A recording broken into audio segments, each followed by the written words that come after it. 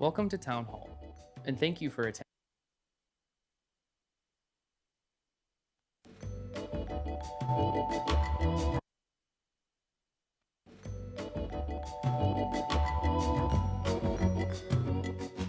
Welcome to Town Hall, and thank you for attending a Gilbert public meeting.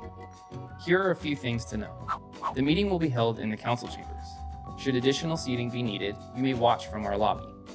If you would like to speak at today's meeting, you'll find both agendas and speaker cards at the front counter in the lobby. Our staff is here to assist you fill out the cards and find the corresponding agenda items.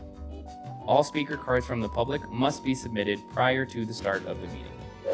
The Town Council is committed to providing an environment where everyone's voice is heard during public meetings. In an effort to preserve order and decorum, here are a few rules and guidelines we ask everyone to follow during the meeting.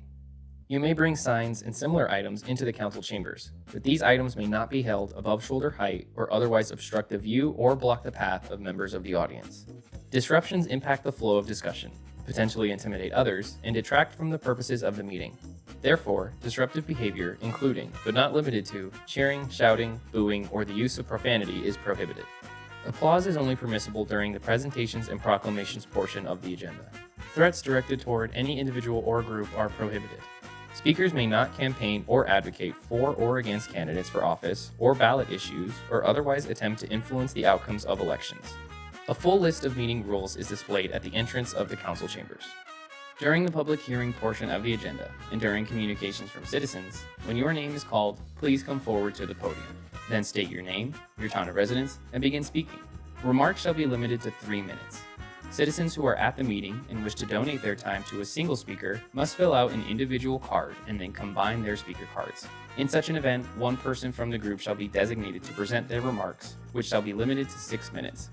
If one speaker is speaking on behalf of others who are present, the mayor or vice mayor shall read into the record the names of those whose time is combined. No person other than the individual speaking shall enter into the discussion. Officials on the dais may not respond to any questions or comments during communications from citizens. However, the council may ask questions during public hearing items. All comments and questions shall be directed through the mayor or presiding officer. Thank you again for attending a Gilbert Town meeting and for your participation in local government. If everybody would like to take your seats, we're about ready to get started. I will go ahead and call to order the Gilbert Town Council meeting for September 24th, 2024. And we will begin this evening with an invocation by Reverend J. Deskins of Chalice Christian Church. Good evening, Reverend. Thank you for joining us. I think there's a note on the button of which one to push. And the mic, there we go. Perfect. Good evening, and thank you for the invite to bring the invocation today. My name is Reverend Jay Deskins, and I'm the pastor of Chalice Christian Church, Disciples of Christ, where we are going to be listening to our community in order to learn more about God so that we can fully love our community and God even more. I'm happy to be here tonight in this council meeting to bring our invocation. So I invite you to take a deep breath in with me and a deep breath out as we join in prayer. God of many names, we give you thanks for this day in which we are gathered. Gathered to help the city of Gilbert make decisions to make the lives of our citizens better. May we remember that this is our purpose for gathering today. And may we remember our calling to be leaders in this community, this one place at this one time, not of the nation or the world or of future or of the past. Keep the minds and hearts focused on the task at hand and not be distracted by all that is going around. Grant this council wisdom to lead with integrity, and not just for the ones who voted for them, but for those who voted against them. May you move this council to be unified across the aisle, and may this council rise above the walls of division our ever-polarized society is building. Holy One, bless this time, bless this council and those who make it up, and bless our community of Gilbert. May we be an example of what your love looks like as a community. This is our humble prayer, O God. Amen. Thank you, Reverend. Thank you for being on our list to come out and offer an invocation, joining us this evening. Next, we will have the Pledge of Allegiance led by Vice Mayor Anderson. Please rise. If you'd all please rise and join me in reciting the pledge. I pledge allegiance to the flag of the United States of America and to the republic for which it stands, one nation, under God, indivisible, with liberty and justice for all.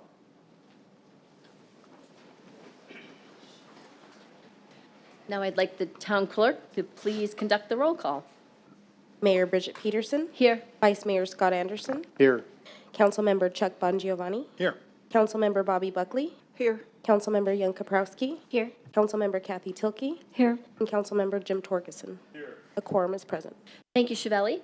The first item on our agenda this evening is a proclamation declaring the month of October as Domestic Violence Awareness Month and will be presented by Councilmember Kathy Tilkey. Could the group with the domestic violence please join Councilmember Tilkey at the front of the room? And I know there should be several of you.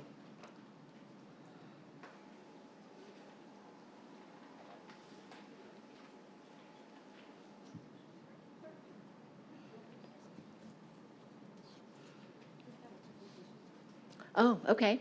Presentation first. Perfect. Then those folks might want to take a seat in the front row and wait.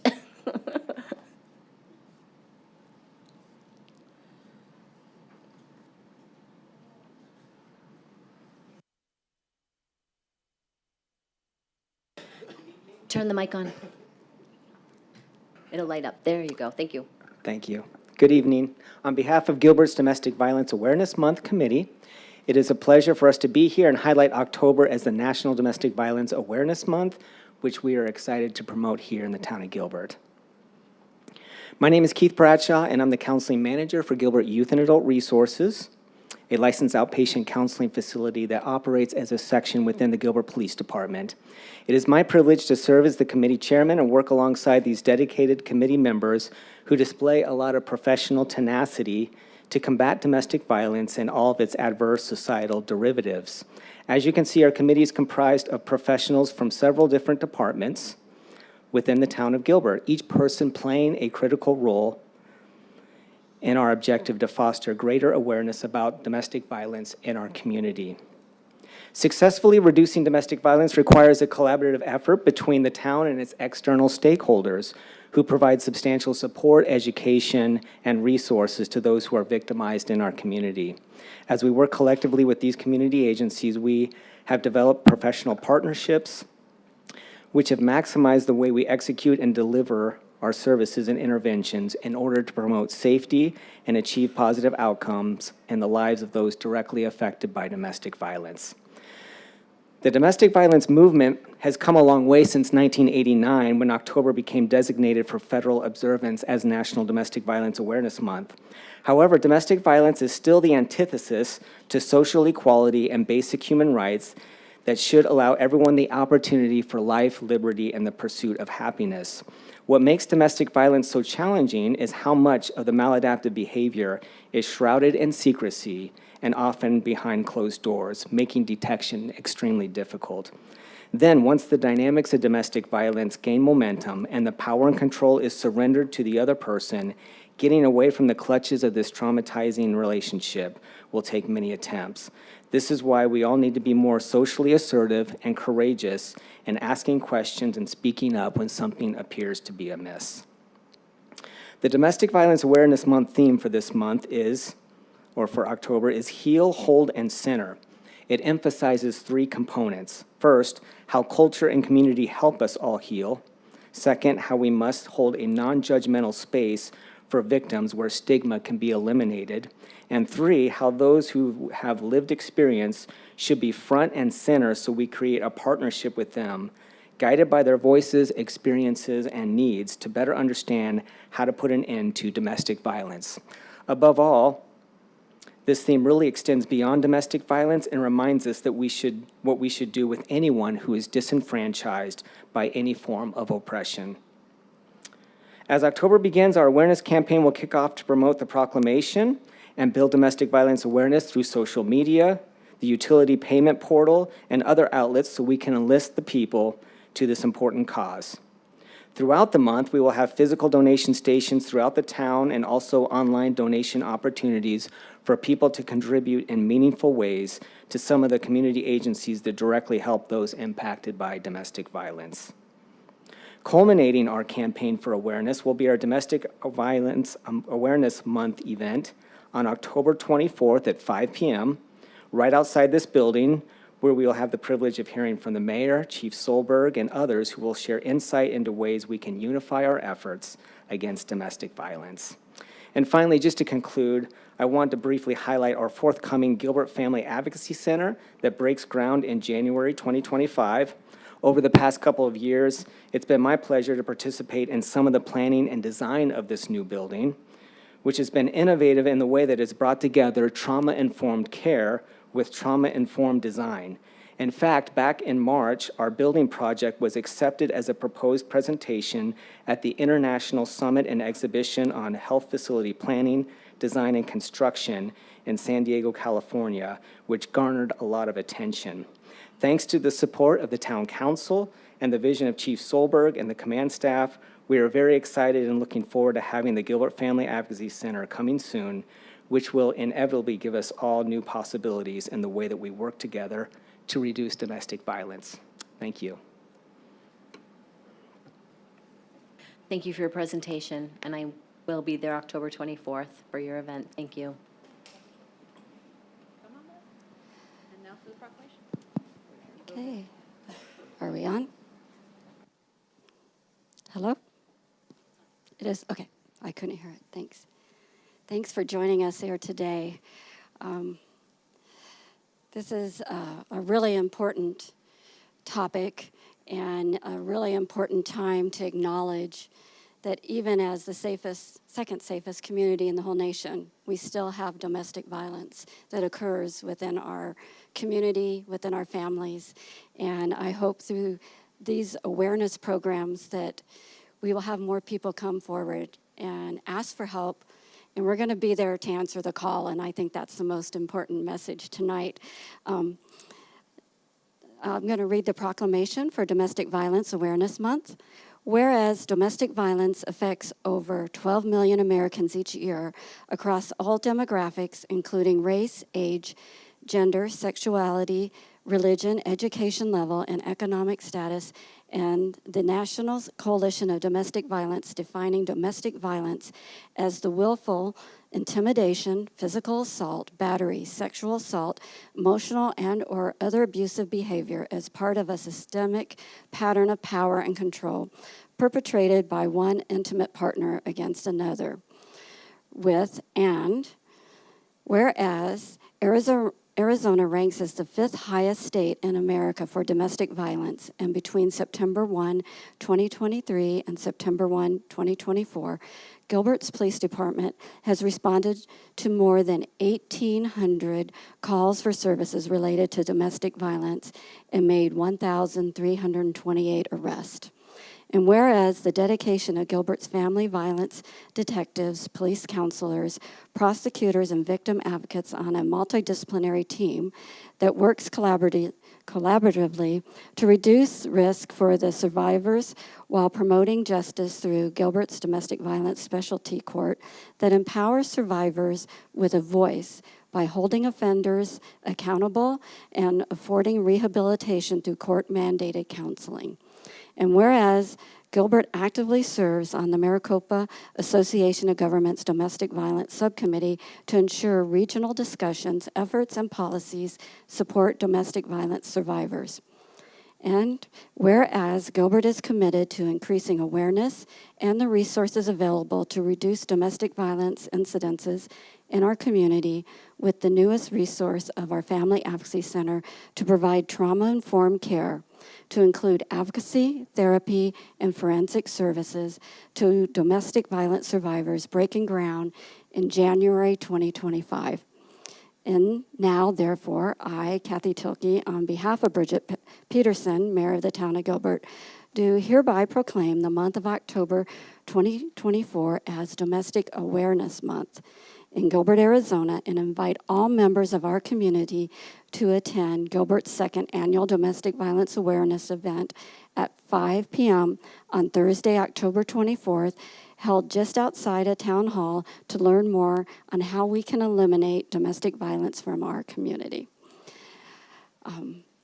Thank you for the presentation, and thank you for the tireless work that you all provide to victims in our communities and their families. And I can't tell you how excited I am for us to break ground on our Family Advocacy Center and the impact that it will have on our community. So with that, I'm going to present this to you. We're going to get a photo taken, but I would like to ask all of the council members and mayor to join us. It was with unanimous support that our Advocacy Center was placed as a priority for our projects in the upcoming year. And so it's not something we can do alone. So thank you very much. Keith, did you want to say anything else, Keith?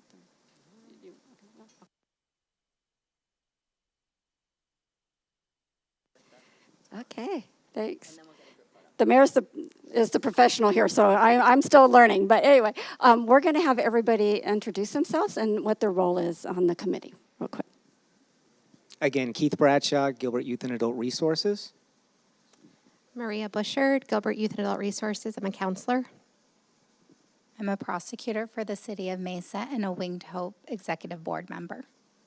Chelsea Kurchansky and Winged Hope Board President.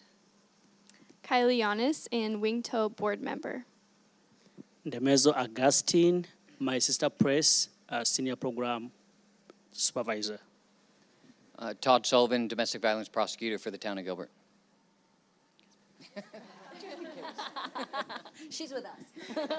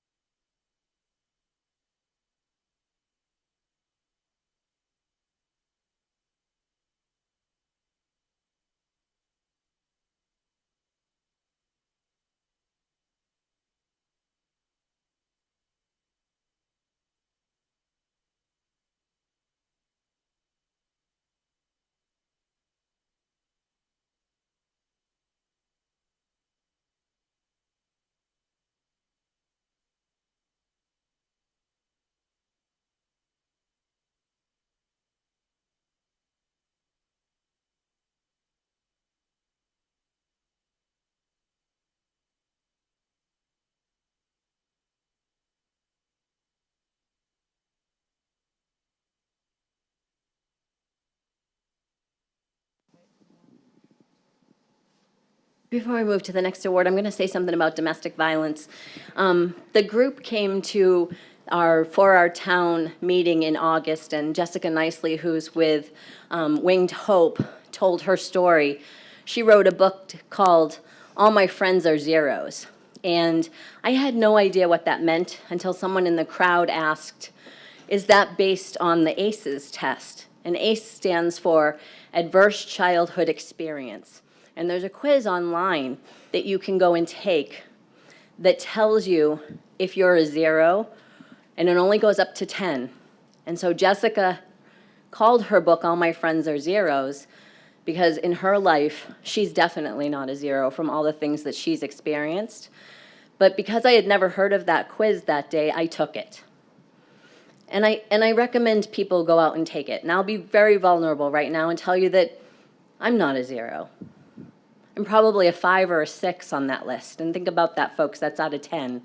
So that's everything that you experienced as a child in your life growing up. And Jessica started that story by asking everybody to think of a time when they felt most safe in their life as a child. And she said she could not think of one. So I challenge you all to make sure that you can think of a time that you were safe as a child and make sure that your kids can think of a time that they're safe as a child in their home. I'll tell you, I didn't feel safe as an adult until I lived in Gilbert, Arizona. I think I was about 31 years old. So that's a testament to this community and everything that you all do. And thank you for continuing to do that on a regular basis. Mayor, can you repeat that test? It's called ACEs. It's the ACEs quiz, and it's Advanced Childhood Experience. Thank you. And you can just Google ACEs, and it should come up, or ACE quiz or ACEs quiz, and it should come up. And I hope everybody is a 0. That's my hope. Next up on our list of presentations is a proclamation declaring September 18th, 2024 as Pitt-Hopkins Syndrome Awareness Day. Vice Mayor will present to Sarah and Mark Andrew and Martin and Amy Cuevas. If you're here, could you please come down to the front of the room? I don't see anybody moving. Oh, that's disappointing. I'm sorry. Yes, it is. Would you like to read the proclamation, Vice Mayor? Is this on? And as I gathered, this is a very rare disease. I'd never heard of it before this proclamation, and it's evident by the proclamation here. It says, whereas fewer than 1,500 people worldwide have been diagnosed with Pitt-Hopkins syndrome, a rare and severe neurological genetic disorder caused by a spontaneous mutation or deletion of the TCF4 gene, which affects brain and nervous system development, and is characterized by intellectual disability and developmental delay, breathing problems, epilepsy, gastrointestinal issues, lack of speech, and distinctive facial features. And whereas the Pitt-Hopkins Research Foundation annually celebrates September 18th as International Pitt-Hopkins Syndrome Awareness Day to raise awareness and funding for research, this date was chosen to highlight the root of the disorder of a spontaneous mutation or deletion on the 18th chromosome. Whereas children with Pitt-Hopkins syndrome typically have a happy, excitable demeanor with frequent smiling and laughter, and whereas the Pitt-Hopkins Research Foundation is a volunteer organization of families and professionals dedicated to finding a cure for Pitt-Hopkins syndrome. Now, therefore, I, Scott Anderson, acting for Bridget Peterson, Mayor of the Town of Gilbert, do hereby proclaim September 18th, 2024 as Pitt-Hopkins Syndrome Awareness Day. Thank you, Vice Mayor. We will make sure we send that out to them. Next, we have Councilmember Bongiovanni, and we have the members of the Parks and Recreation Foundation Board here to present a check to Councilmember Bongiovanni. If you'd all come down to the front of the room, please. We like when people come present checks to us.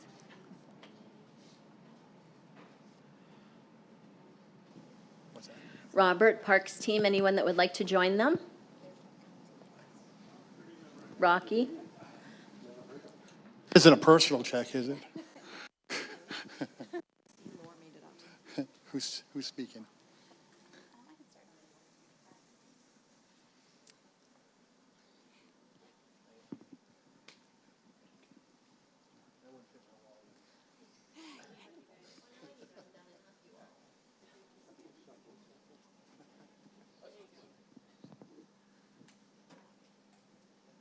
Good evening, everyone. My name is Erica Reed. I'm the president of the Gilbert Parks and Recreation Foundation. I wanted to take this opportunity to thank the leadership of Gilbert for aligning so well with the values of our foundation. Our generous community has come together to raise money every year. They impress us and help us raise more and more each year, basically aligning with our values to make sure that all of the wonderful facilities and activities that we have available to us in Gilbert, so that there's no barriers that would keep someone from taking advantage of those, be it financial or physical. So, we trust and appreciate the leadership of Gilbert to use these funds that we've raised in the community to help us align with those goals. So I would like to have the rest of the board introduce themselves as well. So I'm going to pass this along. If you want to just say your name, role, and maybe why you got involved. 30 seconds. My name is Alan Mafara. I'm a board member. I've been a board member since its inception.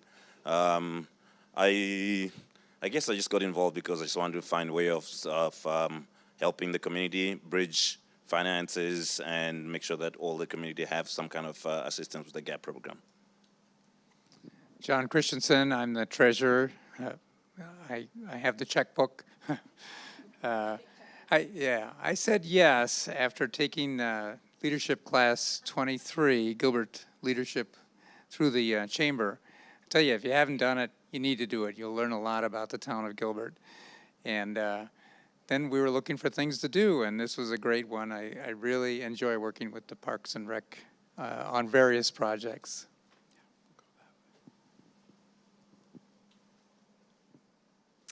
My name is Diane Arabia. I am a board member. I joined, I think it was last year. I'm losing track now. And I wanted to join because I started to learn a lot more about Gilbert Parks and Recreation due to my job and my career. And honestly, I just fell in love with the town of Gilbert. I fell in love with the staff. I fell in love with the parks. I fell in love with how passionate everybody is. And I just thought that this would be a really good way for me to give back. Hi, my name is Paul Gonzalez. I'm a board member. I was appointed on the Parks and Recs board before, and after that, I served my term.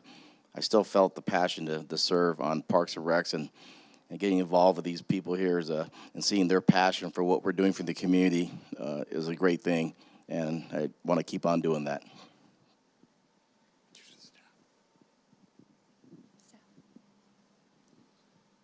Going staff also. Robert Carmona, the director for Parks and Recreation. If I could just take a quick second. When we really talk about the foundation board, they are all volunteers, and they actually donate their own funds to be a part of the foundation board. They do not take any administrative fees. Every dollar that they collect goes right back to the community. And they mentioned the GAP program. The GAP program is what allows us to be able to provide financial assistance for families that cannot afford to be able to take programs. So everything from swim lessons to be able to do drowning prevention to being involved in our camps, being involved in our extracurricular activities, after school programs. They really do a tremendous job. And this check started off at about $15,000, if I remember, just a couple of years ago. And each year it continues to increase.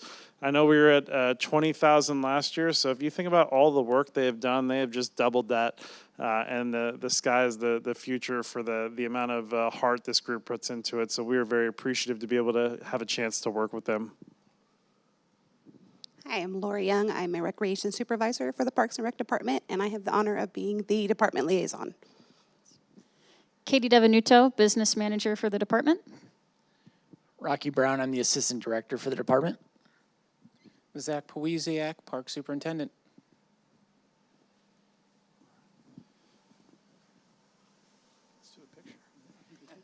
I want to thank the board for your hard work and dedication and your years and of involvement and to make this possible.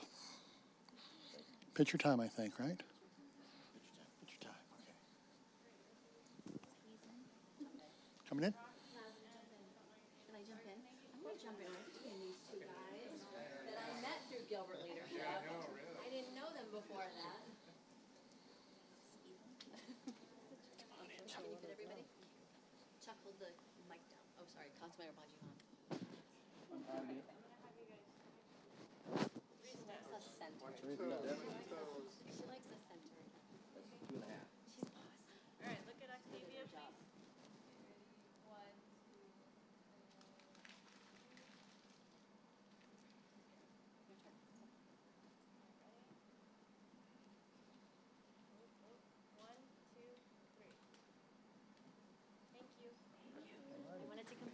So nice to see you too. Paul, I love that you joined this petition board. I'm gonna put it in Chuck's seat for him. Right next to him. Good to see you. See you again.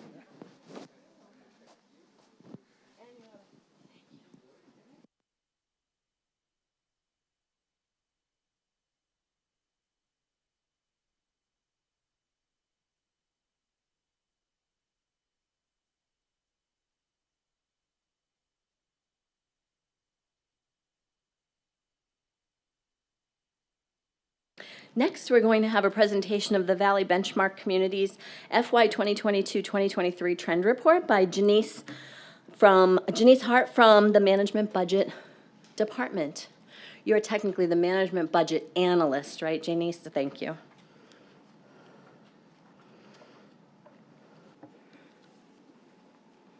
All right, good evening, everyone. So this will be the Valley Benchmark Communities FY 22-23 Trend Report. And so Valley Benchmark Communities is a collective of the 13 largest cities within Maricopa County. And the purpose of our initiative is to work to help improve local government performance within Arizona through data collaboration. We do that in partnership with ASU and the Urban Innovation and ICMA. And so one of the things I'll just quickly identify for you is that when you're looking at our graphs, all of our data for the minimum will be reflected in the yellow, the median will be the green, the maximum will be the blue, and then Gilbert's individual data will be outlined in the orange color. And so as we look at population percentage change, one thing I want to point out is that for population, for the trend report, we utilize the MAG data is our population number. And so we can see here that for Gilbert, for FY 22-23, the percentage population has not really changed significantly compared to the previous year, still hovering around 1% change year over year. As we move into our median household income, we again see here as we look at Gilbert's number reflected in the orange, we have increased that median household income compared to others within the valley, but overall it is trending up for the entire valley. As we move through the fire medical services and we look at service calls per resident, we do see here that the calls per resident for fire very closely aligns with our minimum, which is why you can't really see it on the graph as presented, but it is down to about 0.8, reflected based off of, again, that population. As we look at our police service data and we look at property crime per 1,000 residents, again, you cannot really see the minimum because Gilbert's data aligns directly with the minimum in the graph, and so we are, again, holding steady 10.16 per 1,000 residents. So again, showing a significant decrease as we maintain mirroring that minimum. As we move on to our library data and we look at our physical item turnover, again, we are leading in this area with regards to the entire valley measurement. We're up at that 7.02, meaning that we are utilizing our libraries, and again, we're showing significant bounce back since COVID across the valley as far as library usage and turnover is concerned. As we look at our Parks and Rec data, again, we look at miles of trails developed per 1,000 residents. So again, we're holding steady here with the miles per trail for FY 22-23, right down there, a little bit above the minimum, or the median, excuse me, but still above the minimum, but obviously some room for improvement there if we want to. Then when we look at our water, sewer, and trash, and we look at the combined standard bill for water, sewer, on the low use, we come in just a little bit above the minimum, $58.93 for FY 22-23. Again, that minimum is the $52.46, but again, still below the median average for the entire valley, so still showing significant low rates there. And then as we look at our water, sewer, trash services for a percentage of single-family waste diverted through recycling, we can see here that we have had a little bit of a decrease in our recycling, but still up overall in the valley as far as our efforts for recycling are concerned, maintaining around 18% for our recycling for FY 22-23. Now, new this year, we did, for the first time, report out on some development services metrics across the valley. And so one of the things the VBC likes to do is gather 3 years worth of data before we include a new metric. And so this metric is for the average turnaround time for permits of single-family standard plans and business days. And so as you can see here, we look at the orange line, again, representing where we started back in 2020, 2021, up through 22, 23. We have made significant strides to decrease the amount of time it takes to turn around permits with regards to single-family plan development. And so if you're looking for a copy of the report, that's available on our Town of Gilbert website. Just go through departments and then management and budget benchmarks, and you'll be able to find the Valley Benchmark report for FY 22-23, as well as all the other previous reports. Any questions? Any questions? Councilmember Bongiovanni? Yeah, can you go back to the property crime? Yes. So if I'm reading that right, does that say we are like, the average property crime is almost 2 times what the Gilbert property crime is? Did I read that right? So this property crime rate is for property crimes reported per 1,000 resident. And so with regards to the rate that you're seeing on here, the 10.16, that reflects the FBI reporting for 22. So I don't know which number you may have seen previously. Well, I'm saying the green line, is that the average? That's the median in there. For all the cities? Yes, for all of the communities that are reported within the Valley benchmark. So it's only the 13 that are identified in the Valley benchmarks. But of those cities, we're almost 2 times less? Yes. Excellent, thank you. Any other questions? Thank you for the great presentation. We appreciate seeing these trends every single year from your department. No problem. Thank you, Mayor. Have a great night. You too. Next on our agenda, we have recognition of Larry Taylor, who has been Plan Review and Inspection Manager for 30 years, and he has served 30 years with the town of Gilbert and is retiring. Larry, if you'd meet me down front.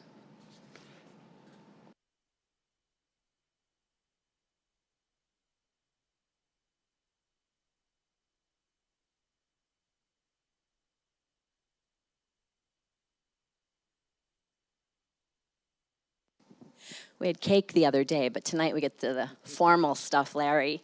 Congratulations, Larry Taylor. As mayor of the town of Gilbert, it is my distinct pleasure to express our heartfelt congratulations to Plan Review and Inspection Manager Larry Taylor upon his retirement from the town of Gilbert. For 30 years, Larry has dedicated his career to serving the town of Gilbert. It is with immense gratitude and appreciation that we recognize and commend Larry for his extensive and valuable service to the community. Larry's exemplary career has been marked by professionalism and dedication. His valuable insights and contributions to life safety have helped to shape the town through periods of rapid growth. When Larry started working for the town in 1994, Gilbert's population was approximately 48,000. Now the town has grown to approximately 290,000 residents. Larry has also served under 7 mayors in the last 30 years. Larry and his team have been responsible to ensure that all construction in the town meets the building and fire codes and is safe for all our residents and visitors, a very important and responsible task. During Larry's tenure with the town, he has served as the chief building official, winning the Building Official of the Year award twice from the Arizona Building Officials Organization. In his position, he has overseen the issuance of 142,715 permits. Oh my gosh, Larry. And completion of, oh gosh, you guys, this number, 1,138,29 building and fire inspections. Without his professionalism, dedication to life safety, and his love of Gilbert, the town would not be the premier place it has become. Larry was also awarded the Employee of the Year in 2018 during the Community Excellence Awards. I remember that. Larry served the building community as president of the Central Arizona chapter of the Arizona Building Officials and chair and vice chair of Maricopa Association of Governments Building Codes Committee. On behalf of the Town Council and residents of our community, it is with respect and gratitude that I convey our appreciation to Plan Review and Inspection Manager Larry Taylor for his professionalism and outstanding contributions to the town. His dedication to his team will leave a lasting legacy that we will forever be grateful for and which we are exceptionally proud of. We wish Larry all the best in his retirement and future endeavors. Congratulations, Larry. Thank you.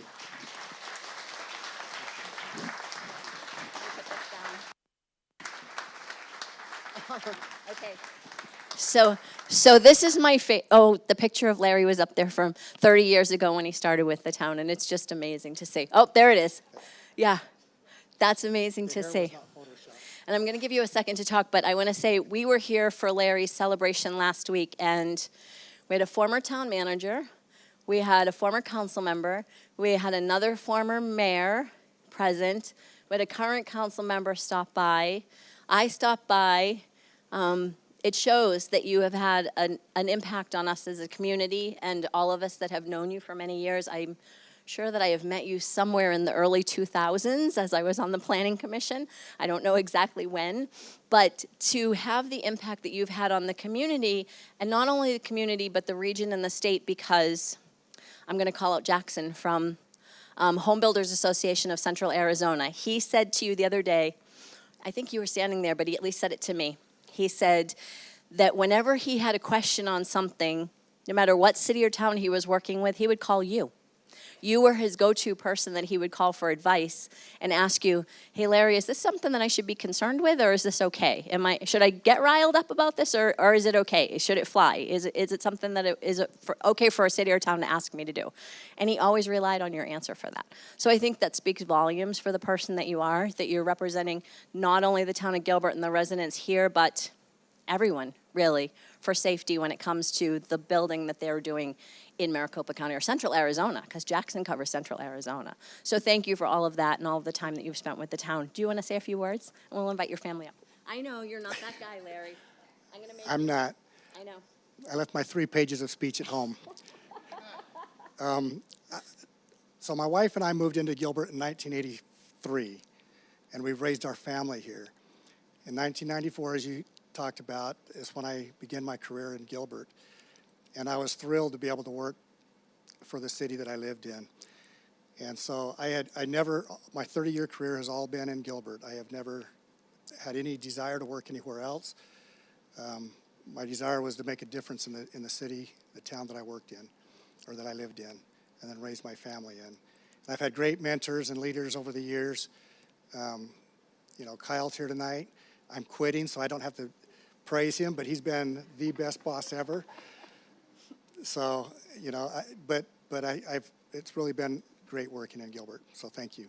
Thank you. And did Greg Tilke hire you when you came on? Did Greg hire Larry? Okay, Councilmember Tilke is shaking her head because Greg Tilke was also there at your retirement last week. Yes. And I just wanted to mention that because you kind of remember the people sometimes that hired you and brought you in. And you didn't just have an impact, like I just told the story, you didn't just have an impact on the town of Gilbert. You had an impact on Central Arizona, being a mentor to Jackson Mull since he's been here, and I think it was 2011 that he started in that position. So thank you for all of that. I'm going to get a photo with you, and then we're going to invite your family down for a photo, okay? Let's move over to the middle here.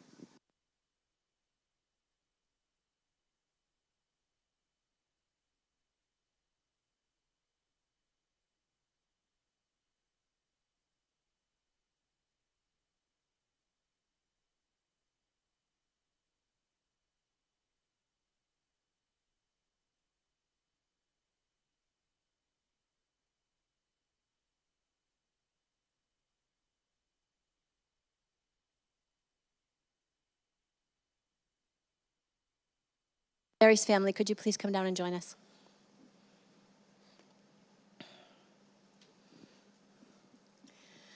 Hi, I met you the other day. Nice to see you again. Are you a granddaughter? Hi, nice to meet you. Hi. Hi, nice to meet you. Did you grow up here in Gilbert? Yeah? Hi, very nice to meet you. Another grand. Hi, grand. How are you? Are you proud of your grandfather? Yeah.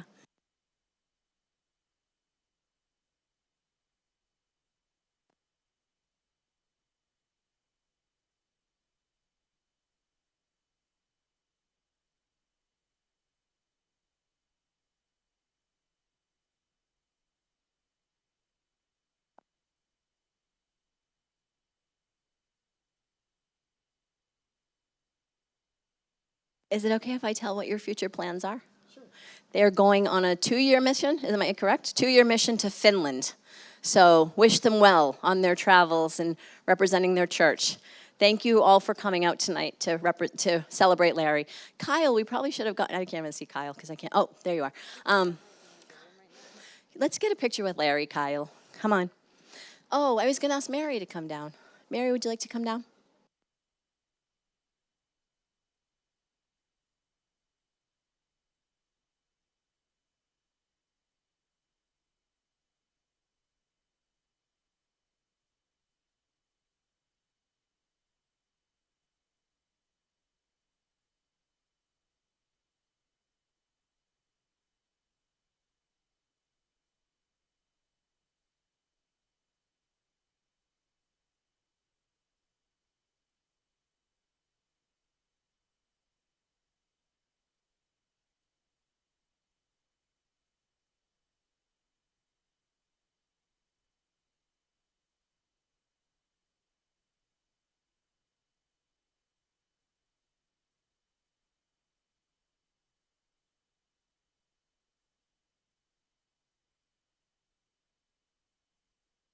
Now we will move on to the public hearing portion of our agenda. At this time, anyone wishing to comment on items can do so. I don't have any slips for any public to comment on anything on the public hearing. Is there any item that the council would like pulled to discuss separately? We only have 2. We have 6 and 7. Anything that you would like to pull separately to discuss? Just 6. Oh. Yeah, I don't want to discuss it. I would like a presentation. So you would like to pull it off to just, okay. So I will open the public hearing and ask for someone on staff to do a short presentation on item number 6, Z24-04. Please.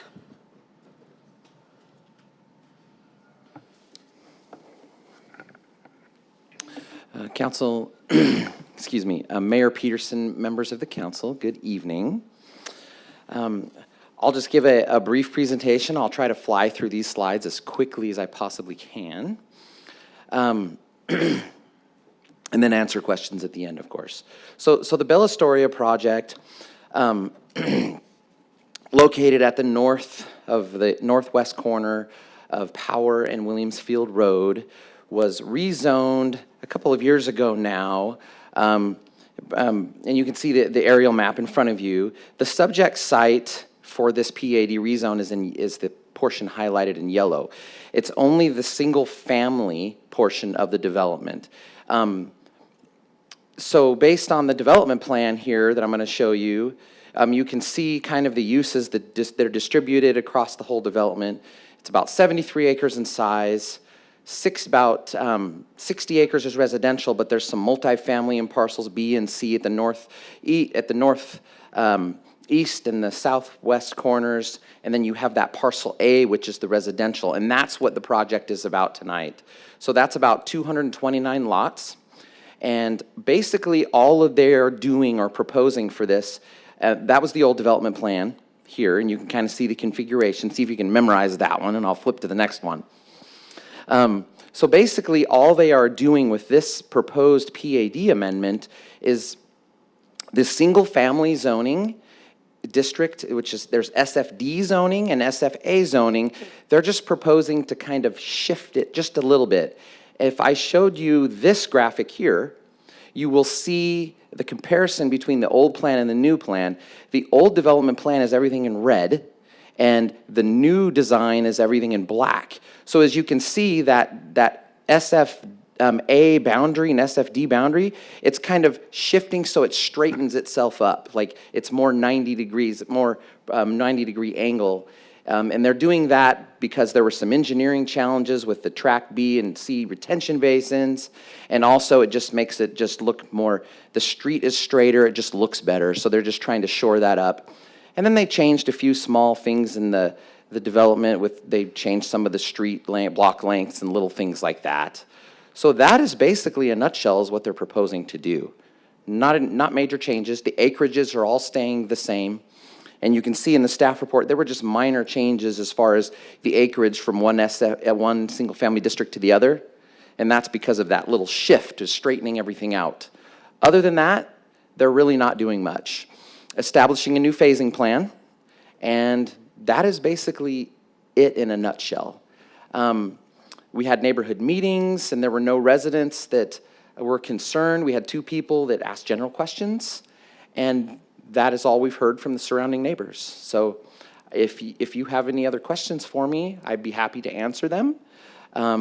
So staff moves that you approve the PAD amendment for Bella Storia, for the parcel, for the whole thing, but it just centers around parcel A.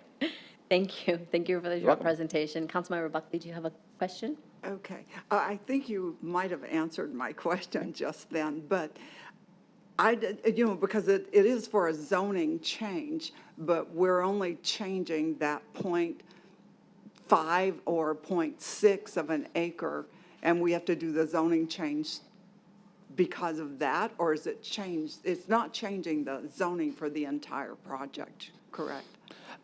Mayor Peterson, Councilmember Buckley, correct. It's only, those boundaries were originally, that you can see in red on your screen, were originally approved by council. So anytime any zoning boundary changes at all, no matter what, it has to come back to council for a reapproval of those zoning boundaries. So that's basically all it is. So you're not really changing the acreages, it's just shifting the boundaries, the boundary kind of over and straightening it up, which kind of changes the acreages a tiny bit, but it's still the same amount of single-family zoning.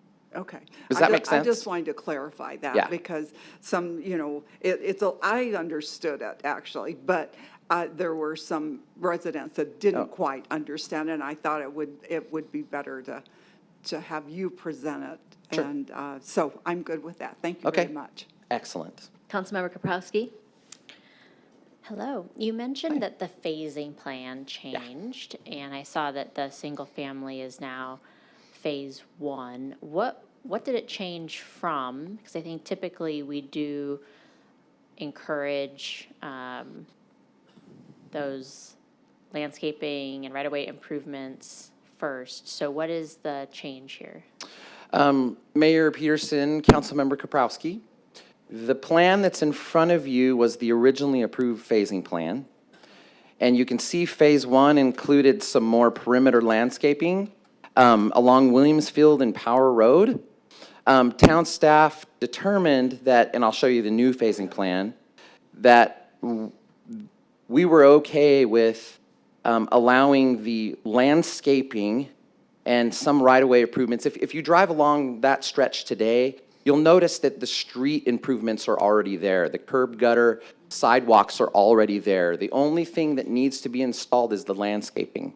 And we were okay with phase 2 and phase 3 development when they come in to install the landscaping in front of their projects. We were okay with that. We're originally, we wanted it to be installed with phase 1. We're now okay with it being installed in phase 2 and phase 3. Thank you for explaining that. You're welcome. Thanks, Keith. Is the applicant here? I should, because it's a public hearing, ask them if they'd like to say anything. No need to say anything, because it sounds like the questions were answered. Mayor Peterson, I'm not quite sure on that. Okay. I don't see anybody moving quickly to respond to me. So thanks, Keith. Appreciate that. I don't see any other questions, so we'll bring it back to the dais. Appreciate your explanations. Thank you. You're welcome very much. I will go ahead and close the public hearing, bring it back to the dais for discussion and a motion. Or a motion, I should say. I make a motion to approve item number 6. I'll second that. I have a motion by Councilmember Buckley, seconded by Councilmember Bongiovanni. Please vote.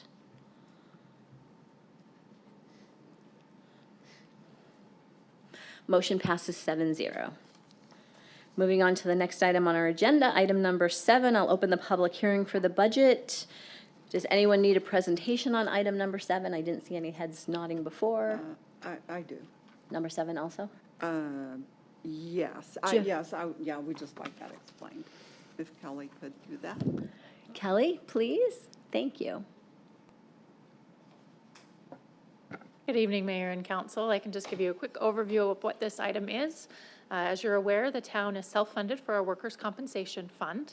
And at the end of the year, we have to have a report that's done that looks at what are the claims that have been incurred but not reported yet. We record that as an accounting entry. And it just says we're aware of some of the workers' comp claims that have likely happened, but we haven't paid them out yet, and we need to set money aside to be able to pay that out if the fund were to stop. Now, we're not planning to stop the fund, but it's just part of the accounting practices. This year, that report came back and it was substantially higher than we expected for a couple of reasons. We have a cancer claim that's come on, and some changes with state law have changed that now have the town responsible for the first $2 million of those presumptive cancer claims. And so the amount that we have to set aside is a larger amount. The council previously approved an internal loan of $1.3 million because of problems with our IBNR recording in the past. This is a relatively new fund, started in 2021, excuse me. And so we'll need to expand the loan by $1 million. We are working to pay that back. We had saved up a good amount of money to be able to work on that, but this will put us a little further behind. We'll continue to work to set aside money in this fund to meet the obligations, cover the IBNR, and return the money to the general fund. Any questions other than that? Thanks, Kelly. Any questions? Councilmember Buckley? Okay, so the funds that go into this come from the general fund? The funds come from all of the funds. Anywhere that has an employee, there's a rate that's paid per employee each pay period that goes into this fund that covers the workers' comp that may happen on their behalf. Okay, okay. No, thank you very much. Any other questions, Council? Thank you, Kelly. Appreciate the explanation. I will close the public hearing, bring it back to the dais for discussion and or motion. Mayor, I'll make a motion to approve item number 7. I second that. I have a motion by Councilmember Tilke, seconded by Councilmember Kaprowski. Please vote.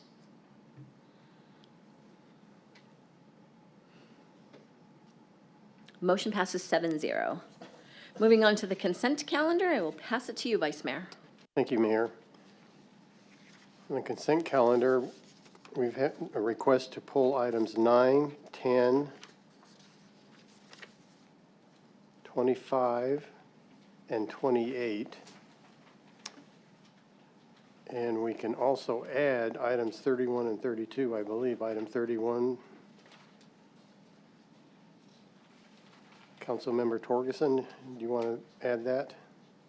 I'm sorry, I was circling what you were writing. You want The appointment board. certainly. And what have I put? You know who it is if you need. I need to see where it is. I'm sorry. Do you have a copy of it? I don't have a copy, no, but I can tell you the name. Let me just write it on your agenda. Yeah. It says it on there. It says it on 31. Oh.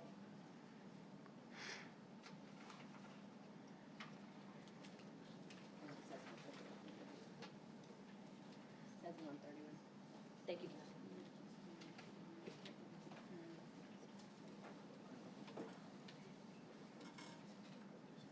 Do you want him to do it now? Yes.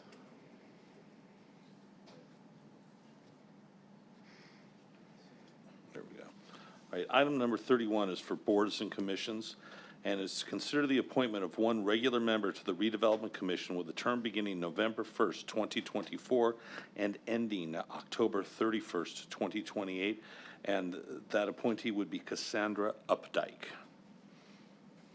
Thank you. We'll add that to the consent calendar. And item 32 is the person is named, so we'll add that item also. Did we mention 13A and B? Yes. You want to pull 13A?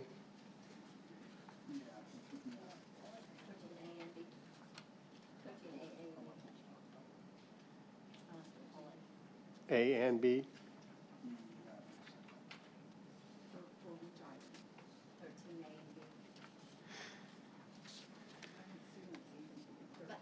Vice Mayor, could you repeat the items that you're going to pull Yes. before there's a little confusion? Thank you. Yes, certainly, Mayor. We will be pulling items 9, 10, and there's discussion right now about 13A and 13B.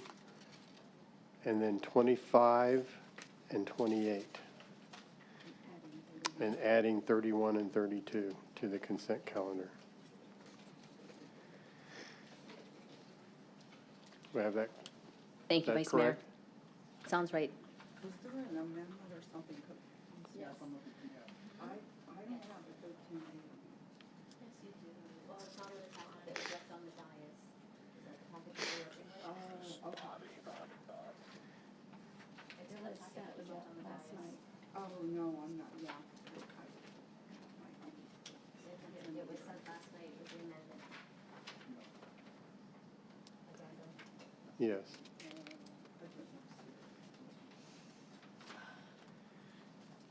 We ready? I think so. Give it your best shot. I'll move approval then of items 8, 11, 12.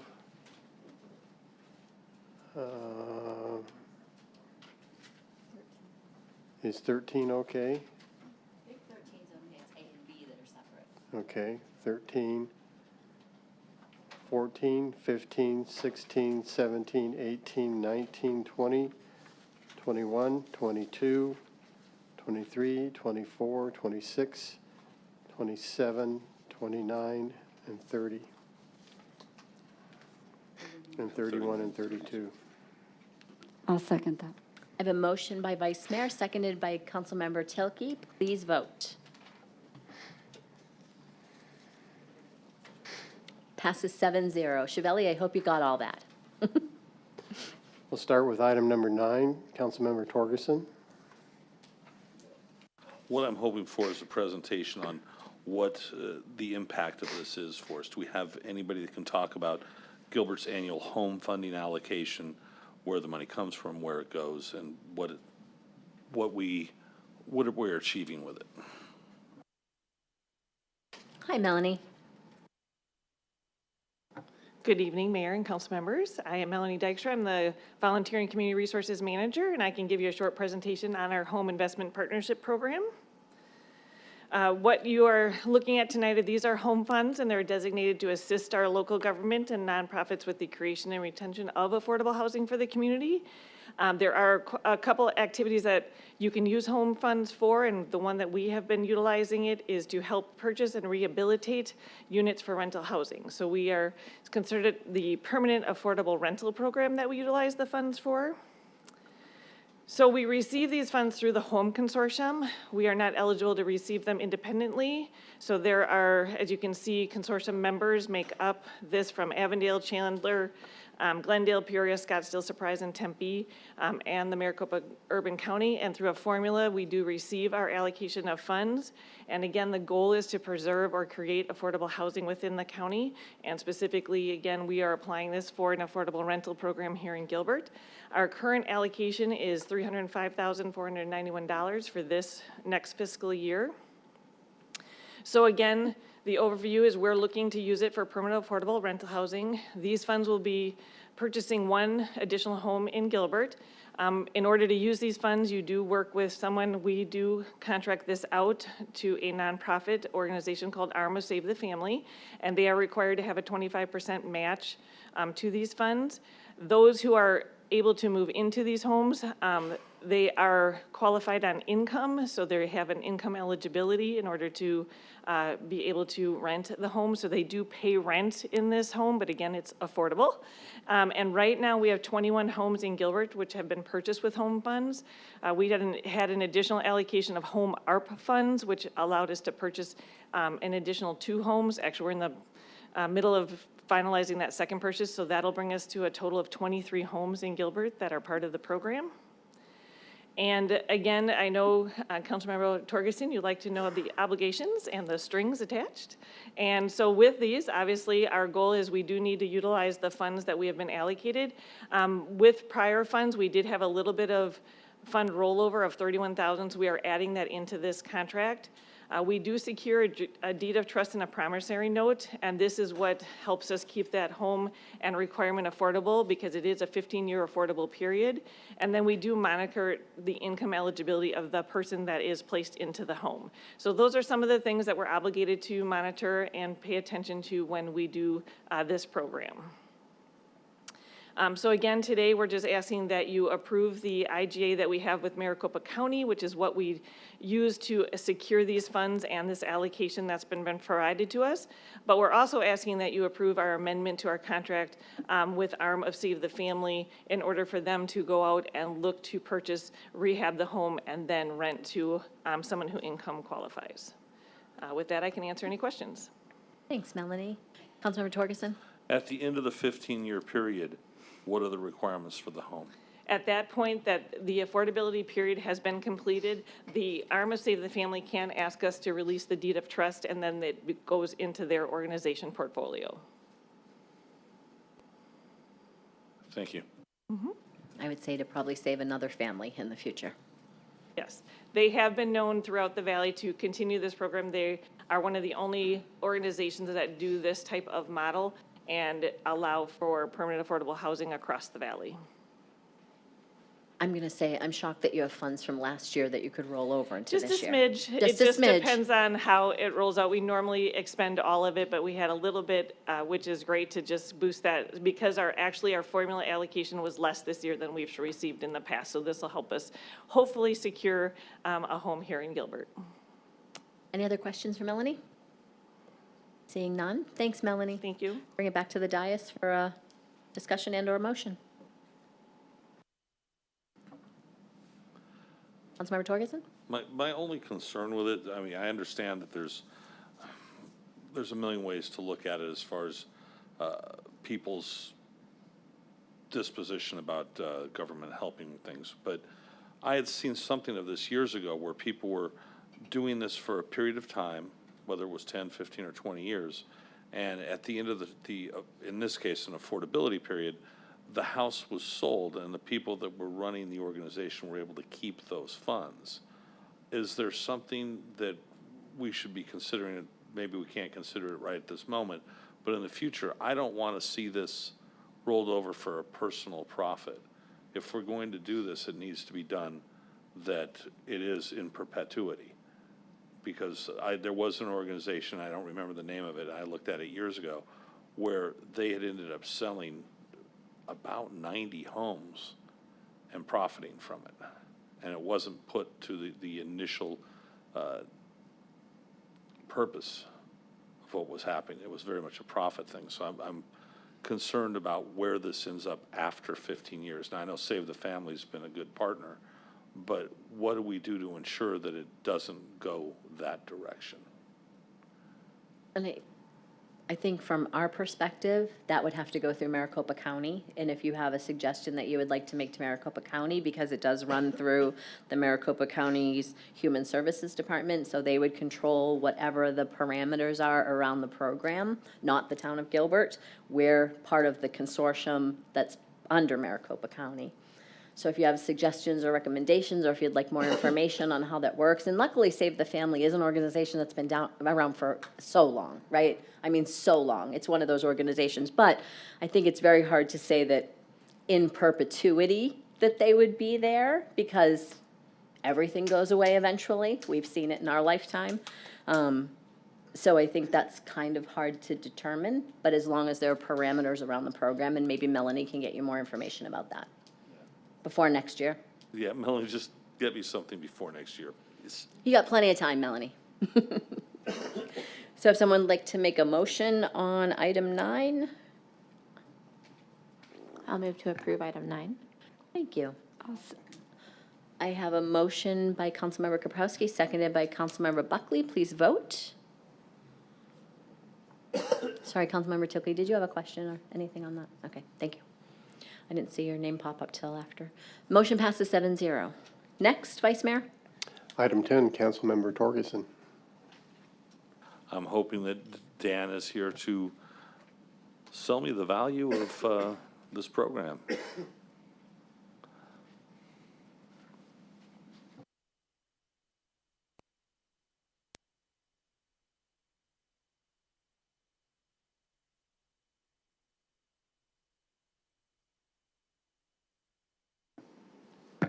Good evening, Mayor and Council. Happy to walk you through a brief presentation about our relationship with Greater Phoenix Economic Council. We have Jennifer Grays, our Deputy Director, that oversees this contract, and I'd love for her to come up and share that presentation with you. Thank you, Dan. All right. Well, good evening, Mayor, members of council. Jennifer Graves, Deputy Director for the Gilbert Office of Economic Development. Delighted to be here tonight to talk to you about the Greater Phoenix Economic Council and our relationship with them. And so I thought what I would do is start off with discussing GPEC's regional reach. So as an organization, GPEC's been around since 1989, and they work to grow and attract business to the region and advocate for the competitiveness of Greater Phoenix. We have been a partner with GPEC since 1991 and had a relationship with them similar to the one you're seeing tonight before you in this contract. There are 22 member communities within GPEC. They represent these 22 communities as well as Maricopa and Pinal counties and over 190 private investors. What you also have on this slide is a brief summary of the last couple of years plus a 5-year total on some really key performance metrics for regional results. Again, the relationship with GPEC is business attraction, growing quality businesses for the region, and obviously specifically Gilbert. Over the past 5 years, this represents the investment history with GPEC, with our contracts with them. The rate that we pay within the contract, which is also in your council communication, is based off of population. That's how all 22 municipalities are assessed in terms of our contract with GPEC. And our rate represents just under 50 cents per capita. That's how we come up with the past contract numbers as well as what you see before you today, which is about $137,000 contract. Through our partnership with GPEC, they serve as an important business attraction lead source for the Office of Economic Development and for our team each fiscal year, and they source between 30 to 40% of our new leads that we get each fiscal year. Over the past 5 years, so between fiscal 20 and fiscal 24, we partnered with GPEC on 6 successful locates into our community. These are new business investments. You see those businesses represented here. These are many of them within our target industries, which is a key partnership that we have with GPEC. These represent 411 jobs were announced through the GPEC contract, $163 million in capital investment, and an announced square footage of almost 500,000 square feet of either new or expanded space for these companies within our community. I should note that with jobs, GPEC counts only the phase 1 jobs that are provided. We look at the full totality of whatever was announced by the company themselves. And in addition, on number 2, Gilbert includes the value of the leases in our capital investment numbers because leases generate direct revenue to the town. And so if you look at that return on investment over that 5-year period, you have $36 in direct revenue for the community generated for every dollar that has been invested over that 5-year period. $77 in total revenue, so for every dollar that the town has invested in GPEC over that 5-year period. And that represents $390 million in new consumer spending and $23.5 million in direct revenue to Gilbert. These numbers, the return on investment and impact estimates, are calculated by applied economics using a regional economic and fiscal impact model. Applied economics, as a note, also has built the model that we use in the Office of Economic Development. They are well respected in this space, and they use direct input numbers from each community to be able to generate these estimates based off of the company parameters that they provide when they announce their projects. Within your packet, you also have the GPEC 2020 fiscal 23-25 strategic plan. These are just the 3 main goals of GPEC for their strategic plan. So leading a shared vision for the region's future, enhancing the foundation of the economy by focusing on those emergency, innovative-driven industry sectors, and driving the region forward through research and data analytics capabilities. And the highlighted orange items on this slide are just some of the things that we partner with GPEC on and we serve on as both staff as well as elected officials and our business leaders within our community. And that involvement is within the Healthcare Innovation Council, the Community Partnership Program, the Economic Development Directors Team, which Dan and I both attend and participate in from directors across the region, the Mayors and Supervisors Council. I know Mayor Peterson is active within that group, as well as the Board of Directors, and we have 2 business representatives from Gilbert serving on the Board of Directors. So that, again, is just an overview of our relationship with GPEC and the contract and the benefits that we receive directly supporting the mission of the Office of Economic Development through our partnership with this important regional group. And with that, I'd certainly be happy to take any questions. Thanks, Jen. Absolutely. Any questions? Oh, okay, great. Yes, we have 2 representatives that I recommended to the GPEC boards, which is from Footprint and from Dignity Health. And they represent the town of Gilbert and their businesses, so it's a twofer for them. And I picked healthcare because healthcare is so important to this region. So I wanted somebody from healthcare, and of course Footprint. Absolutely. Represents the Footprint Center in downtown Phoenix and is a Gilbert business, which I tell people all the time. Yep. So I think GPEC has been, as a mayor, I have seen quite a difference in our relationship with GPEC than I did as a council member.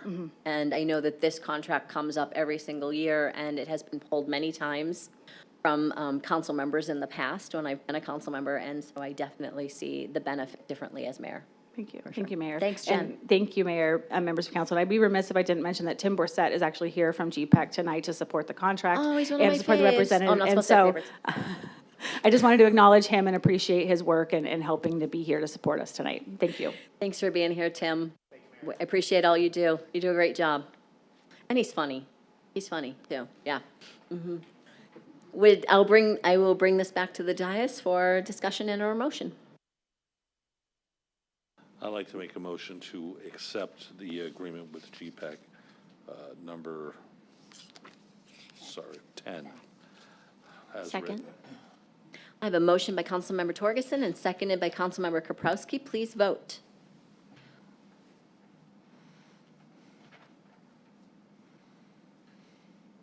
Motion passes 7-0. And I would be remiss if I didn't mention Chris Camacho, because he's a rock star in this region, and he doesn't just represent us here in Arizona, he represents us across the world to bring these leads back to, again, not just Gilbert, but to the region. So thank you for all you do.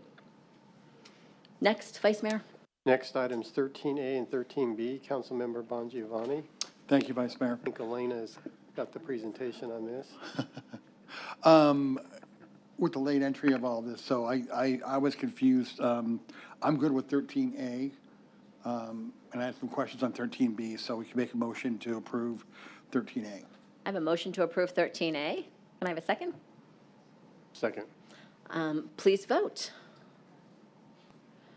That was a motion by Councilmember Bongiovanni, seconded by Vice Mayor. Motion passes 7-0. Moving on to 13B, Alina. Hi, Alina, how are you? Good evening. Good. Just got a quick question for you. For the lease here, it's approximately a 20-year lease, financial impact of $7.9 million, correct? Around there. Is that a guaranteed lease for 20 years? There are exit options out, right, for unforeseen circumstances, let's say a change in business, that type of thing.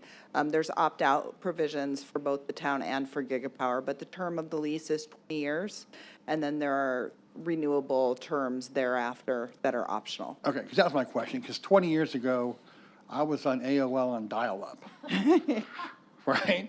And then we went to cable, and now we're going to fiber. So, you know, a 20-year agreement to me for this, I mean, there may be lasers doing internet soon in 10 years, you know what I mean? So I just wanted to make sure we weren't banking on a 20-year agreement on this when we figured out the finances with it.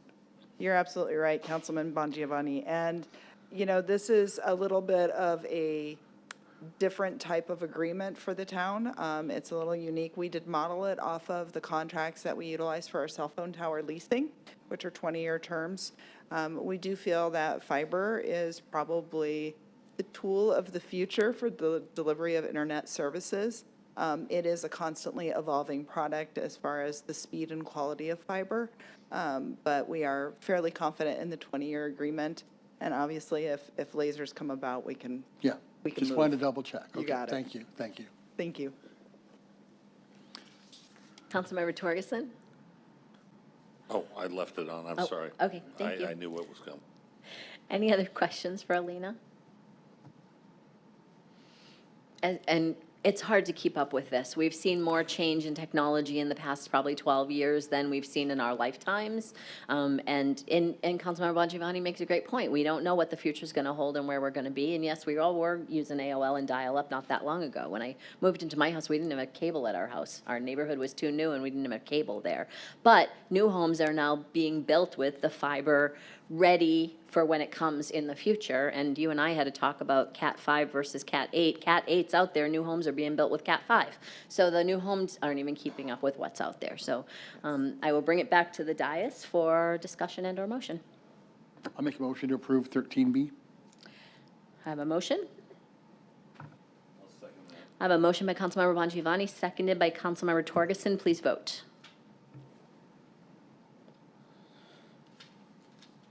Motion passes 7-0. Thanks, Alina. Thank you, Mayor and Council. Vice Mayor, back to you again. Item 25, Councilmember Torgerson. Yeah, I just want a small presentation on the changes, you know, what the change order is exactly for this project, so that I can be comfortable moving forward with endless change orders. All right, pushed all three buttons, I got it. Didn't we put a tag on there to tell you which one to push now? Oh, yeah. Oh, I guess I'm see? too tall. I had to We're do making it that, easier so. for you. Our staff is, not me. Appreciate this opportunity, Mayor, Councilmember Torgerson. So this change order, in 2016, we did an assessment on all the lakes in the town of Gilbert. So part of this project was to take the money that was within the FY25 budget and to update that assessment. So we assessed all 13 lakes to see what the needs are of each lake, the irrigation systems. No dredging's been done. The irrigation pipes are getting old, and so we wanted to do an assessment to make sure where we were at currently with those improvements that were needed. So that just completed. So this change order now is to take the number one priority, which is Cosmo Lake, and actually start the design and post-design services to get that into to construction. And so this money is actually to design the improvements that were found out as part of the assessment. You're welcome.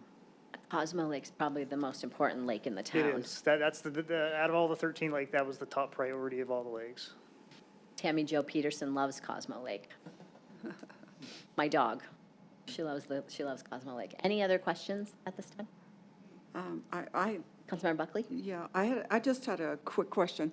So the urban lakes, you're speaking of the urban lakes that the town of Gilbert owns? Yes, that is not any aesthetic lakes that are just out there? That is all the urban lakes in the town of Gilbert, town of Gilbert owned. Okay, I just wanted to clarify that. Thank you. You're welcome. Thank you. Thanks for your short presentation. We appreciate it. question, Oh, Mayor. Vice Mayor, sorry. Just a question about the lake out at the riparian. Do we do an assessment of fish habitat in that lake? I'm not sure. I can phone a friend on that one. I was going to say, I'm not sure that that's your lane, right? That a park I know there's structure that was put in the bottom of that lake, and I don't know if we assess the condition of that or not. We could probably get that information for you to see if that was part of this assessment of what it looked like. Water quality, the liners of the lake, if it's losing water. There's a lot of different aspects that's part of that assessment, and we could get that information to you to see how in Making detail. sure aerators are working and all that. They usually have divers go down in each of the lake and make sure how everything's working. Yeah, thank you. I wouldn't want that job. Thank you. Thank You're you for a welcome. short presentation. We appreciate it. Bringing it back to the dais for discussion and/or motion.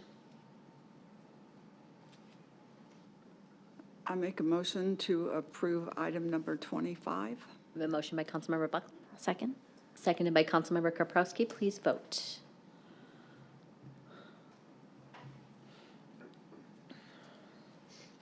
Motion passes 7-0. Next, Vice Mayor. Item 28, Councilmember Torgerson. Hi, Chief. Good evening. So it's a lot of talking about, grants, et cetera, and please just go through each one of these for me. But I do want to know about the governor's office highway stuff. I just want to know what we're reporting back, what we're required to report back, what the metrics are that we are held accountable to. Yes. Mayor, Council, you're asked to consider the approval for the application and acceptance of grant funding through the Arizona Government Office of Highway Safety. These funds, the DUI abatement funds, in simplistic terms, come from fees collected through the courts for DUI convictions. That money is then used by the state, throughout the state, given back to the local agencies and the state and county agencies to continue education and enforcement for DUI-related and traffic safety-related issues. And so what you see before you tonight is 4 separate grants. To get to your question about reporting, we report quarterly of the monies used and the successes, whether it be classes attended, classes taught, enforcement and education. You'll see in some of these, they are both education and enforcement. The first one being DUI enforcement. That primarily takes care of our DUI task force that we do around the holidays, Christmas, Thanksgiving, New Year's Eve, and so on. The pedestrian and bicycle safety overtime, that funds overtime for us to do traffic safety regarding bicycles in conjunction with the fire department and the transportation department in Gilbert.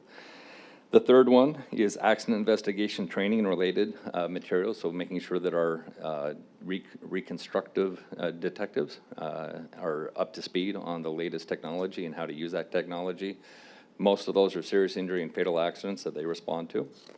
And then the last is the selective traffic enforcement program. That's enforcement program for details similar to what we have just concluded on Val Vista Road, where we had a couple of fatal motorcycle accidents on Val Vista. So focusing our traffic efforts on areas where we're seeing an increase in red light running, serious and fatal accidents. And the last is, well, that is the last one, for a total of $218,694. There are no matching funds. This is an annual grant opportunity that is provided to each city, and the amounts you're seeing are the amounts which we expect to be receiving from the state. Once we submit the application, they approve it. It could slightly change one way or the other, but this is the traditional grant that we see each year at this time. Are there any performance requirements, any of that sort of thing, other than reporting the money was? Not in a quota sense. We have to show productivity, that we're actually using this money to do enforcement. So we do submit traffic stops, number of arrests, DUIs. So we do submit all of that data. If you would like to see a sample of that, I can provide you a copy. I don't have it with me.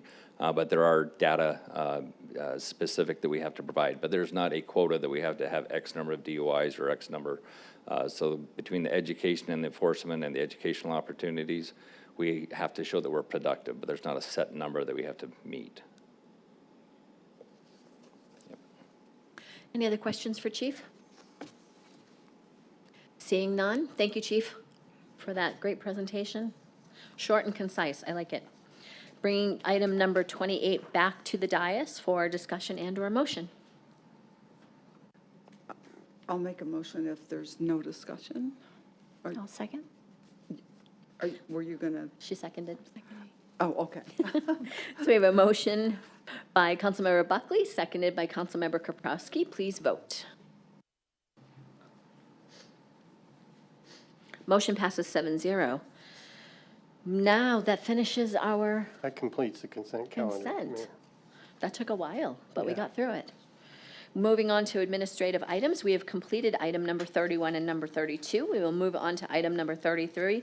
A council item is to discussion and update from the Community Engagement Task Force.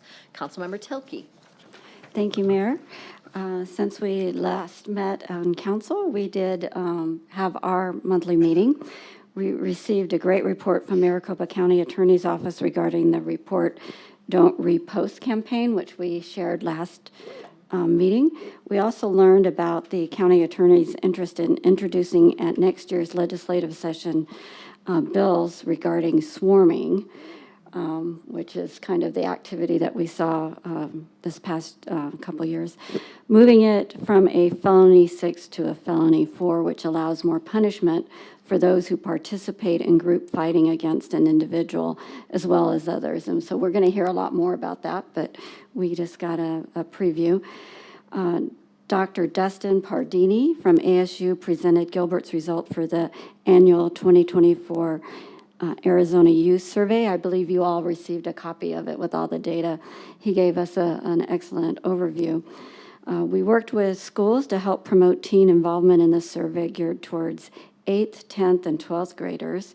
This is a self-reporting survey based on the risk and protective factor model and Communities That Care survey. Statewide, 42,247 students from 255 schools across all 15 counties participated. Gilbert student participation increased from 1,082 in 2020 to 4,684 in 2024. We hope to encourage more districts, charter, and private schools to participate in the future. Each council member, as I mentioned, received a copy of the report. It's a lot of data in that report, and we'll continue to evaluate it at the task force level as we develop our recommendations. The survey covers various risk factor indicators such as substance abuse, gang involvement, delinquency, and problem behaviors, adverse childhood experiences, risk and protective factors, handgun use, victimization, attitudes, violence exposure, and dangerous driving. The good news is that Gilbert falls below the state average in almost every category. But the reality is that we have work to do as a community to help families and children deal with these risky situations and behaviors. Dr. Pardini provided several examples of evidence-based programs that may assist families and the importance of early intervention. So I want to give a huge thank you for Dr. Pardini, and we hope to call on his expertise as we examine some of those opportunities for our council to consider in the future. It's evident that our town of Gilbert will need to partner with many other organizations to address this issue. Our next meeting is on October 21st. I'd also like to give a shout out to Kathleen Dowler with Dignity Health, who is serving as a facilitator to help us gather all of the thoughts from everybody so we don't lose that. And her leadership will help guide us through a vetted process to meet our December deadline. And also, thank you, Alina left, but Alina Bay was really instrumental in organizing not only this survey for us to get the results so fast, but to get Dr. Pardini to come out and meet with us. And so it was really a great meeting.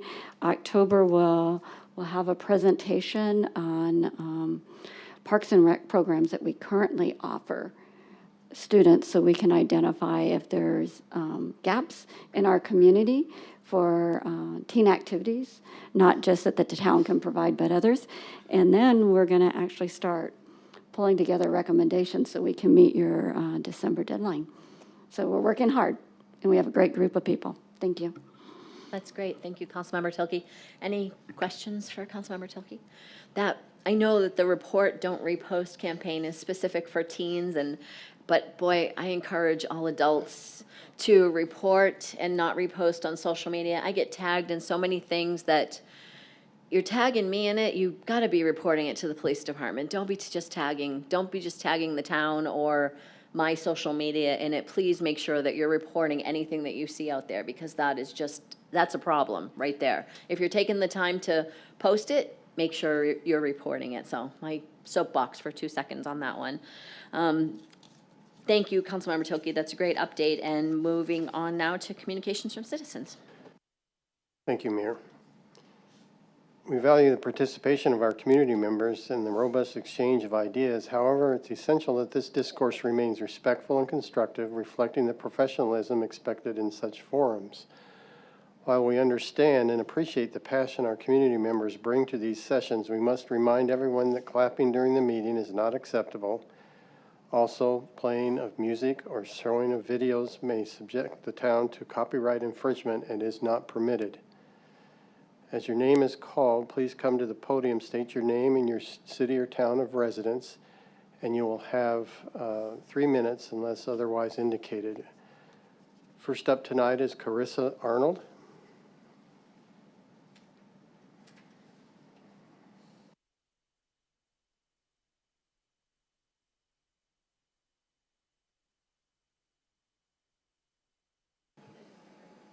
Is that it right there? Okay. Good evening. I actually am appreciative that you brought up the dynamic of teen activities, because that's one of the things that we wanted to discuss, especially with, we appreciate the crackdown that's coming in with teens and curfew and them staying out late and everything. But we do have a problem with our teens not having activities to do here in our town. And it's, so they are looking to get into trouble. They're looking for just places to hang out, right? And so when they're looking for those places to hang out, it's not the right places, it's not the right things to do, and then ultimately, like, they get in trouble, right? So in looking at Parks and Rec, I-9 is currently the only program that has sports offered. We have a lot of families here in the community that obviously can't afford sports because they're very high-end. Sports in high schools are very, very competitive.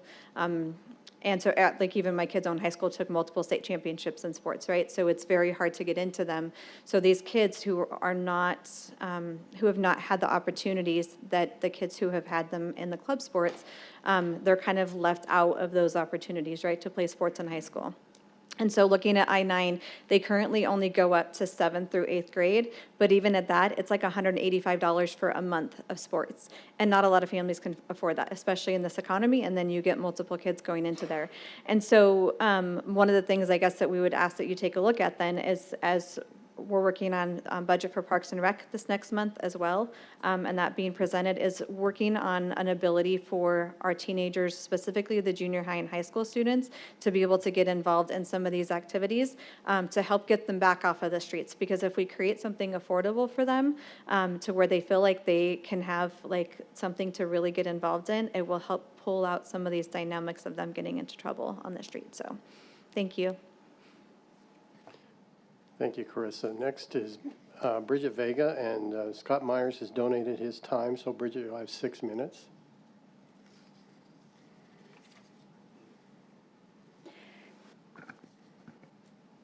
Good evening, Mayor and Council. Yesterday, as we honored and celebrated Preston Lord's life and legacy for Preston Lord Day, as his life was taken too soon due to senseless acts of violence, it would have been a great opportunity for the community task force and leadership to show their face for the youth, and not one of you were present. Thank you to the Assistant Chief, Big Segley, and Lorenzo for showing up to Preston Lord Day. It was a pleasure connecting with you guys to work on partnerships to create a safer community with the children. We ask the town gets back in front of the camera for weekly press conferences as we continue to see issues rise that plague our communities. We have seen school threats, swarm attacks, violence, and sexual assault cover-ups within our town and within our schools. As we've stated over the last 11 months, it's time to be honest and confront the uncomfortable truths within our communities. Again, we cannot turn a blind eye to the struggles our teens face. From mental health issues to societal pressures, we must address the underlying issues of abandonment, control, anger, alcohol, drug abuse that plague families.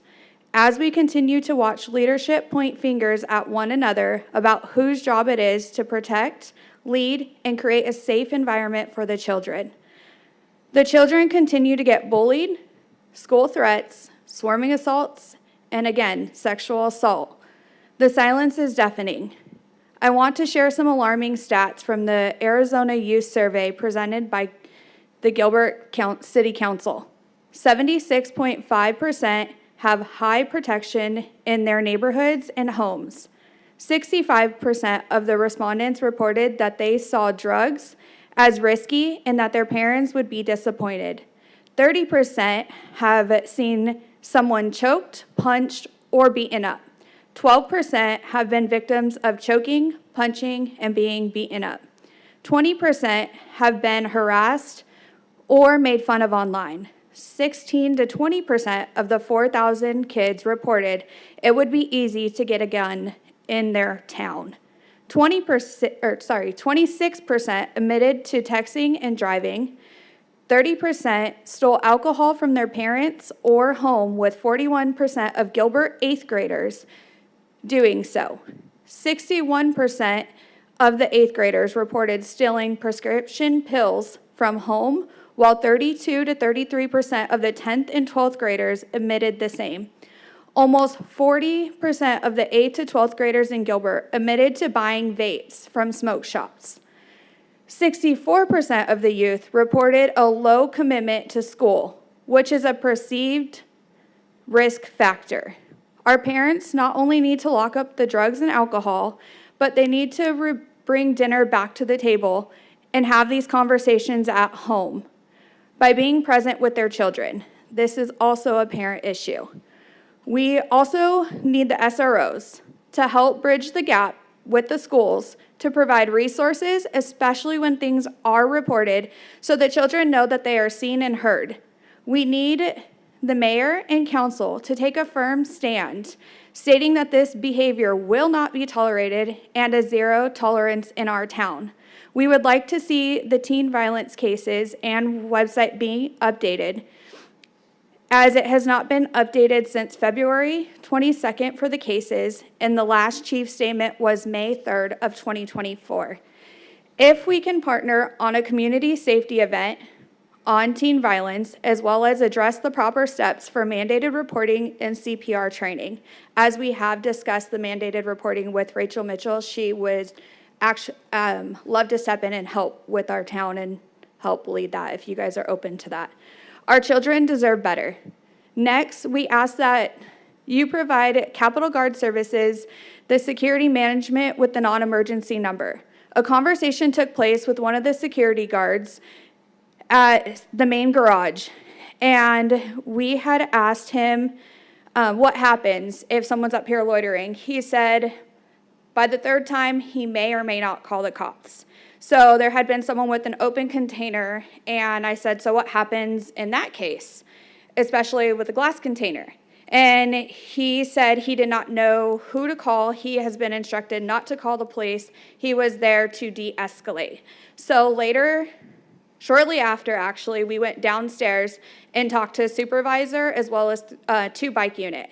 And even that conversation, the supervisor was under the impression he was to call the non-emergency until the bike cop stepped in and said, no, per chief, this is supposed to go to the 911. So if we can get the communication clarified between the police department, Capitol Guard Services, and what the expectations are, that would be very helpful, as there's a lot of miscommunication.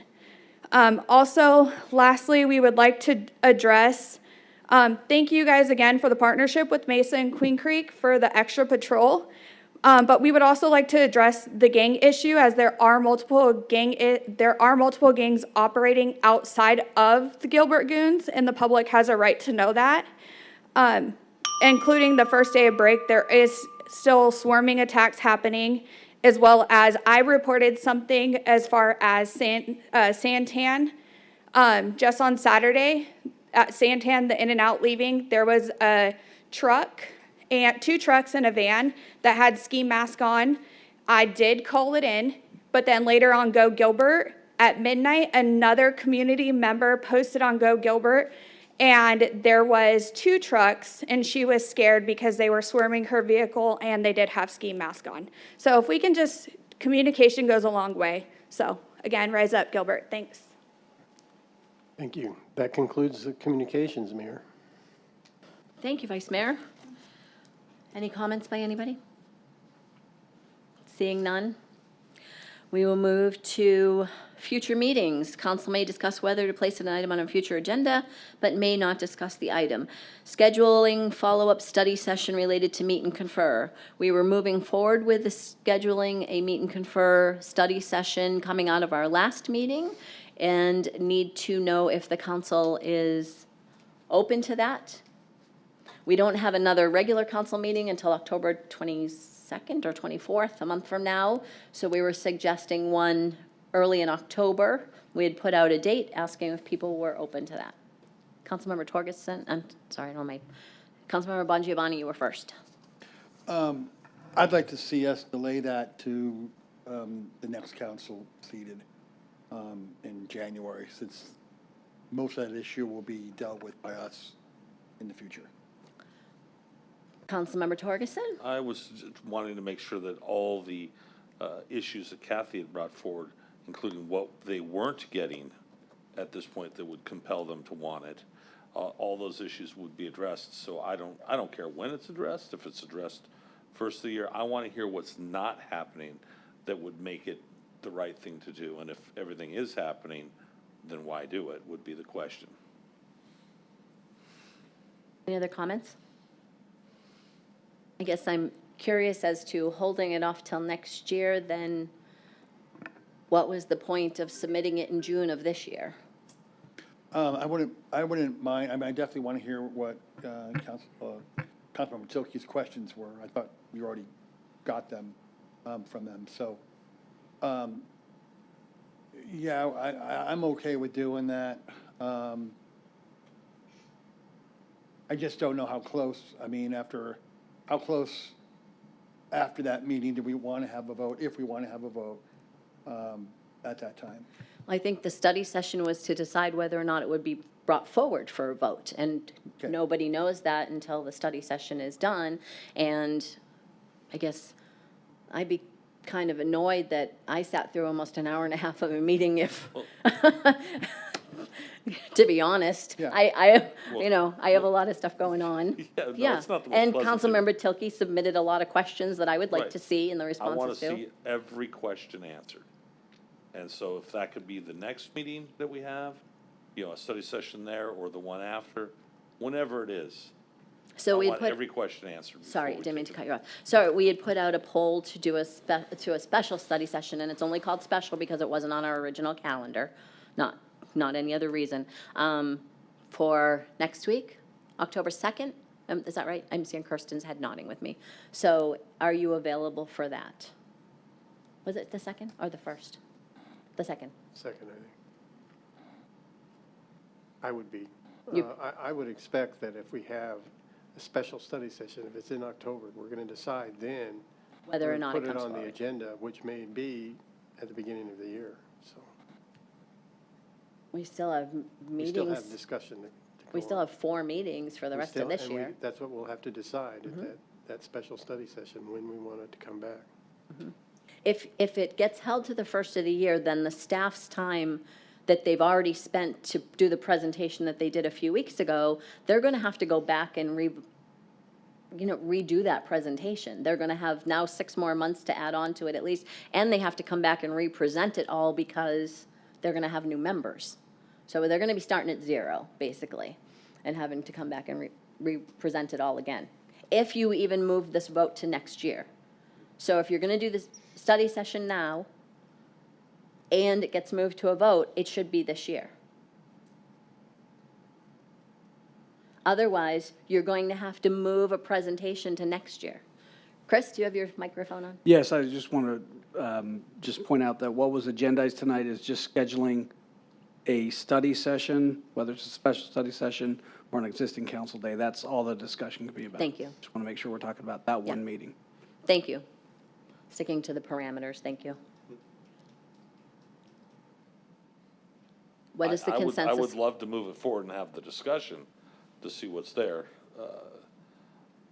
When is staff ready with the answers that Kathy presented? They had told me that they couldn't be ready for tonight for a study session, but they should be able to be ready for that date in early October for us to do a special study session. Okay. Mayor, if I could. Yes, Mary. Apologize Mary for the Goodman. interruption. Yes. If possible, staff would request about 2 weeks just to prepare once we understand the scope of the conversation. I believe there were some dates floated for the 8th, the 15th, and obviously there's the meeting that also would occur in November. So whatever the case, staff would just request approximately 2 weeks to prepare. Okay, I think we were given October 1st as a potential date. That was the date that we polled the council on, because I was told the October 22nd meeting is very full already. So I don't know if this council is available on the 8th of October. If that, no. It's fall break, so that gets to be a hard time of year, and that's why we had polled people early. I'm okay. I'll make time anytime, so. I need a consensus one way or the other. Either we're going to move it forward now to a study session this year, or you're going to hold it till next year. Mayor, could we do it on, the 22nd's a large meeting. That's one reason we don't, okay, sorry. I'm out of town on the 15th, just so you know. And Councilmember Kaprowski just said she's not She's available not on the 8th. So that leaves the 1st. I could potentially attend virtually on the 8th. And it would just be for a study session virtually, so. Does the 8th work for others? Vice Mayor, does the 8th work for you? I know you're traveling, I just don't know when. Going down to the 22nd?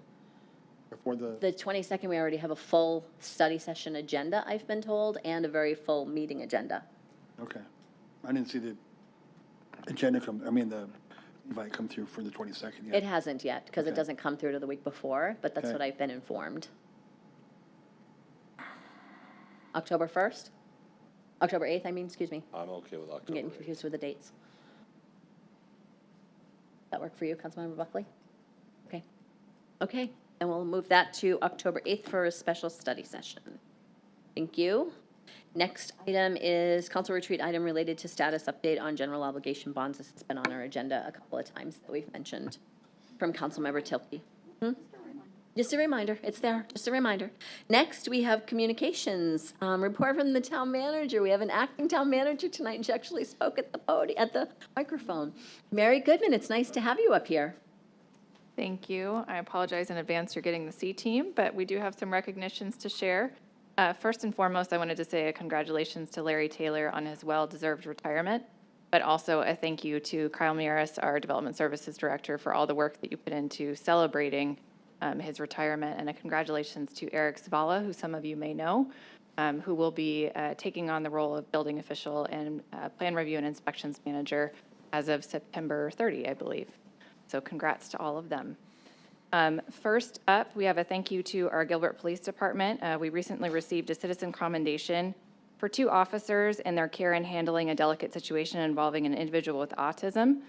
Specifically, Officers Noah Willis and Officer Gabriel Quintana responded to a family in need and were able to help and connect with that individual in their time of need. And a family member of this individual actually reached out, shared the great service, and this exemplifies kind of the why behind why the town took on the autism certification within the police department, fire department, and our parks and recreation. So a big thank you to those officers for meeting the resident in their time of need, and to all of our frontline personnel who have gone through that training.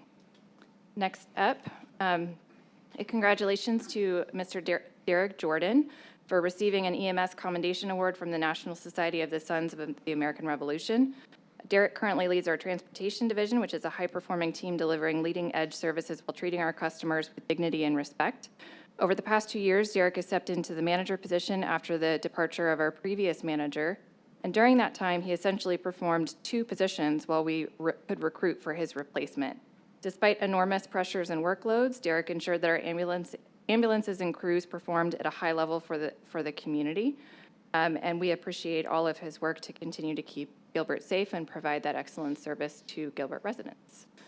And last but not least, congratulations to our Gilbert IT department, who recently was awarded the 2024 Service to the Citizens Award in Category 4, using innovative technologies to deliver simple, seamless, and secure services. And I believe we have a short video that was put together by our digital team. That my favorite part The way is the to IT see their department serves its personalities. dynamic community is by adhering to the town's mission to anticipate, create, and help people. We want to become the city of the future, and we do that by setting realistic goals and plans that are actionable. Our dispatch and EOC projects were two capital improvement projects that we had over the past couple of years, and both of them really serve to enhance our public safety delivery to the community. We doubled the capacity of the dispatch center. We added next generation technology, enhanced the radio services. We use state-of-the-art AV technology that provides ease of use and stability for our operators and provide the best level of service to our citizens. We have recently upgraded our municipal building to include state-of-the-art hybrid technology. This allows us to live stream council meetings as well as to increase the engagement of our citizens with our public officials. IT in this environment is a critical part of the tool belt that we utilize to keep our communities safe. Central to achieving those goals, IT has a roadmap that's built on 5 strategic pillars. We want to delight the customer, achieve economies of scale, drive data-informed decisions through effective data management, prioritize projects and resources to optimize outcomes, and also build robust cybersecurity in all of our IT capabilities. And in today's world, there's no way to do it without the use of complex IT systems. And our IT department is incredible in working to ensure that we have state-of-the-art and sophisticated systems that are reliable and resilient when we need them to be.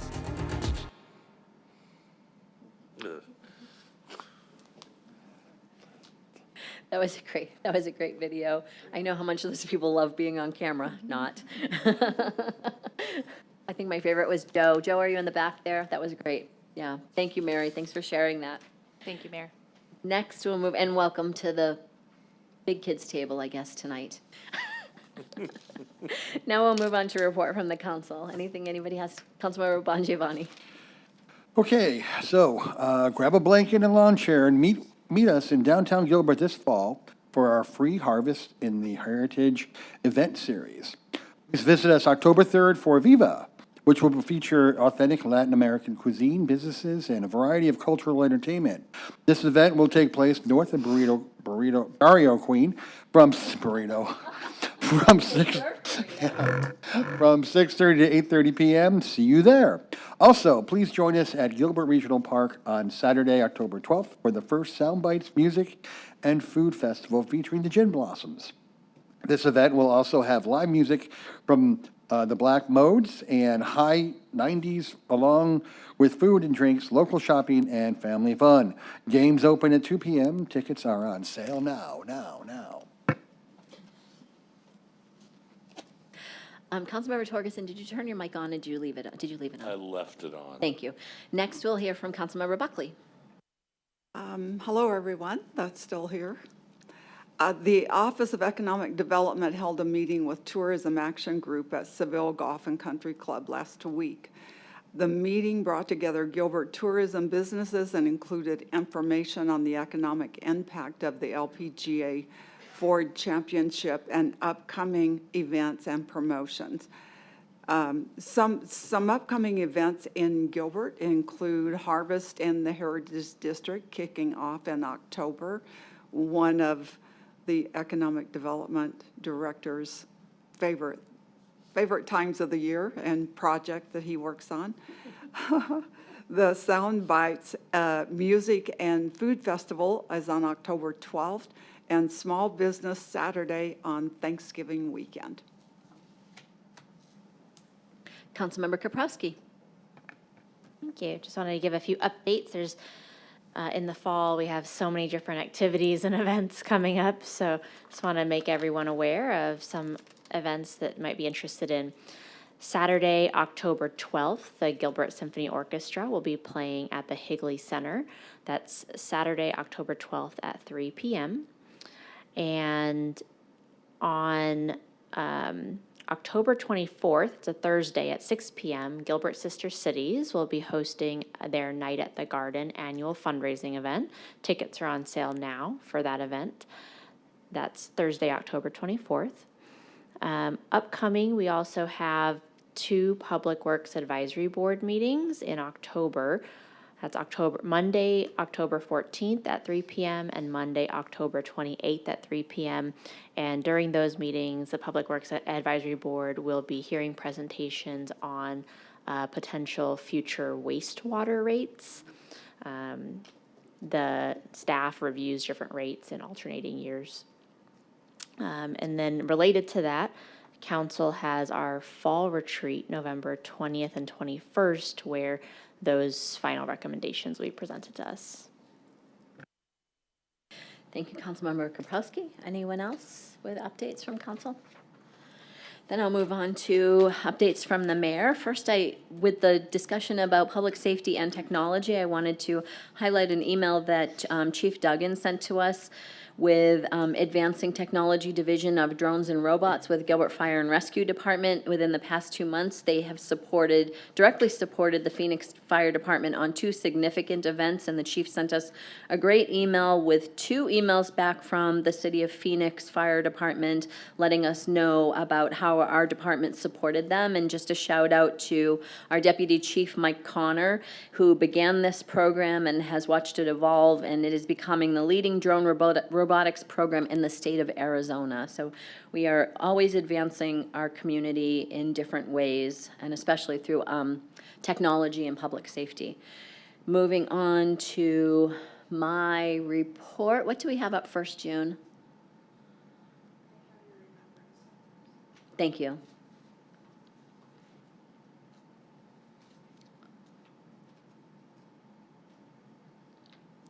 We have our slide recognizing Sheila Rogers Ujetti, who was actually serving as the president of the Gilbert Public Schools Governing Board and passed away very unexpectedly on Sunday, September 15th. Sheila was a great friend to many of us in this community and supported public education through her life, 40 years, as you see there on the screen. She actually was running for re-election for the Gilbert Public Schools Board, and her name will be on the general election ballot in November, showing you just how sudden this passing of Sheila was. And I want to say thank you to Tom Blodgett, because he included in a story about Sheila that the Gilbert Public Schools is planning a public celebration of life event for Sheila at 5:30 p.m. on October 16th in the Gilbert High School auditorium. All students, staff, families, and community members are welcome to attend that. And I know that we will all remember Sheila fondly, and I plan to attend that event myself. Great loss to our community. Next, I have my schedule that I've been providing to show exactly what I do over the past couple of weeks since our last council meeting. And I also wanted to point out, with all of the events that are up there, it doesn't include any meetings that I have with staff, which would add 8 more meetings onto that list right there, just to give you an idea of the time that is invested into this community and the region. As you can see there, I make my way around for some of those meetings, Maricopa County, GPEC. It's a great honor to be able to represent the community at those. And since this is our last meeting before early voting begins, and I'm going to stick to very educational topics on early voting, please note that the November 5th ballot is 4 pages long. And I'm going to ask you to start at the end of that ballot and work your way back to the beginning. There are 2 Gilbert propositions. There are school district bonds and or overrides for the 3 districts that we have here in the town of Gilbert: Gilbert Public Schools, Higley Unified School District, and Chandler Unified School District. It will be different on your ballot depending on which district you live in.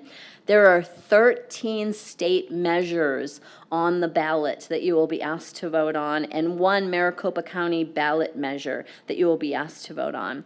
There's also 1 Town of Gilbert council seat that is a runoff that will appear on the general election ballot. So again, I'm asking you to please start at the end of your ballot and work your way back. I know everybody wants to vote for president, or maybe you don't. That'll be the most election type thing I say. But please start at the end and work your way back because the important issues facing us and our communities and our state will be at the end of that ballot. And please, please do your homework before you vote. But please vote the entire ballot. I know it's not common to have such a long ballot, but this is where we find ourselves this year. And one last thing, so I don't forget, it is Councilmember Torgerson's birthday on Thursday. I have the date right. Thursday of this week, we have a card for you, if you would pass that down. And we have cookies for you and for everyone to share if you would like to share. I'm not going to force you to. Big 6-0. Big 6-0. And I only know that because we are exactly 2 months apart in age. Councilmember Torgerson and I. September 26th, November 26th, exactly the same age. So happy birthday, sir. And I will take a motion to adjourn the meeting. There's cookies in the back, yeah. Can I have a motion? I have a motion and a second. All in favor? Aye.